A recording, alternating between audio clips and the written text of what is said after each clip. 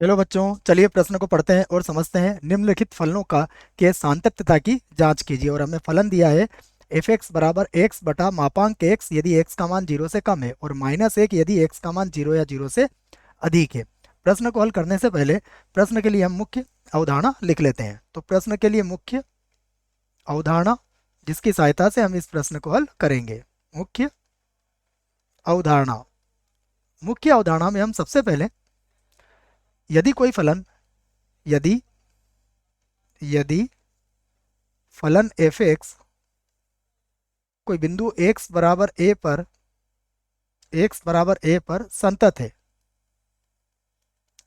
है तब तब जो सूत्र काम करता है उसे मैं लिख देता हूं। तब एक्स बराबर ए पर फलन की दाईं सीमा जिसे हम ए प्लस से व्यक्त कर सकते हैं, फलन की बाईं सीमा जिसे हम ए माइनस से व्यक्त कर सकते हैं, ये दोनों ही किसके बराबर होना चाहिए? एफ ए के बराबर होना चाहिए। तो फलन क्या होगा? सतत होगा।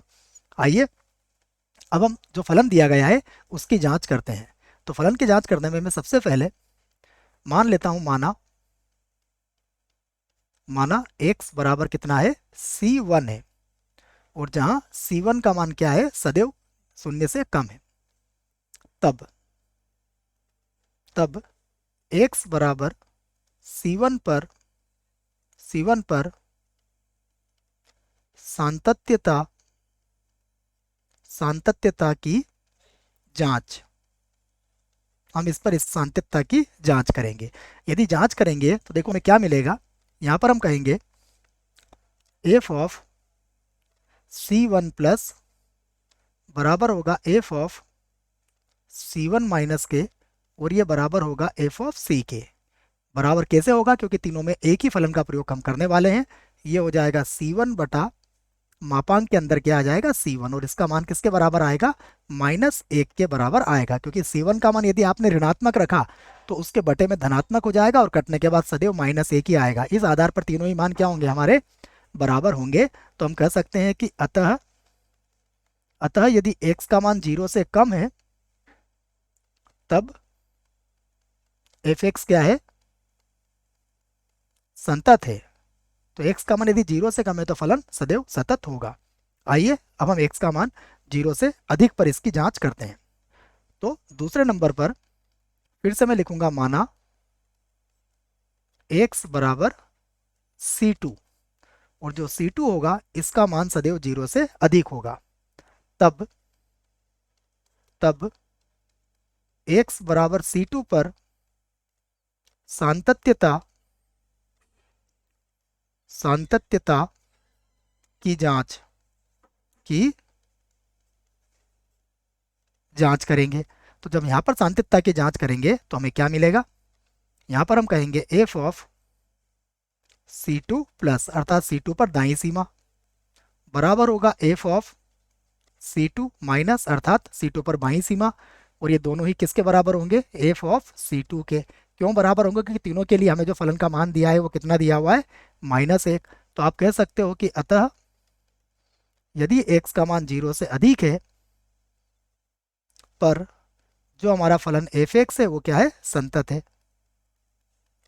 है। अब हम जांच करेंगे x बराबर जीरो पर। तो इस बात को भी हम लिख देते हैं, x बराबर जीरो पर सातत्यता की जांच, सातत्यता की यहां पर हम जांच करेंगे। तो सबसे पहले हम लिखेंगे f और जीरो प्लस, जिसे हम क्या लिख सकते हैं? जिसे हम लिख सकते हैं लिमिट h का मान जीरो की ओर अग्रसर, और यह होगा f of zero plus h के बराबर। फिर लिखेंगे हम लिमिट यहाँ h का मान जीरो की ओर अग्रसर। अब जीरो प्लस h अर्थात जीरो से अधिक के लिए देखिए कौन सा फलन प्रयोग में लेना है। यदि x का मान जीरो से अधिक है तो माइनस एक आएगा। तो यहाँ पर लिख देंगे हम माइनस का एक, तो बराबर कितना आ जाएगा? माइनस एक। तो ये तो हमारे पास जीरो प्लस आ गया। अब हम जीरो माइनस भी यहाँ निकाल लेते हैं। तो यहाँ लिखूंगा मैं एफ ऑफ जीरो माइनस, जिसे कहते हैं बाईं सीमा जीरो पर, इसे हम लिख सकते हैं लिमिट, और यहाँ होगा h का मान जीरो की ओर अग्रसर। h का मान लिख देंगे हम लोग यहाँ से, h जीरो की ओर अग्रसर है, और ये बनेगा f zero minus h, zero minus H के लिए देखिए कौन सा फलन प्रयोग में लेके आना है हमें, तो एच का मान जीरो की ओर अग्रसर, जीरो माइनस एच अर्थात जीरो से कम के लिए हमें एक्स बटा मापांक एक्स का प्रयोग करना है। तो इसे कर लेंगे, कोई दिक्कत नहीं है। ये होगा जीरो माइनस एच और मापांक के अंदर क्या आ जाएगा, जीरो माइनस एच।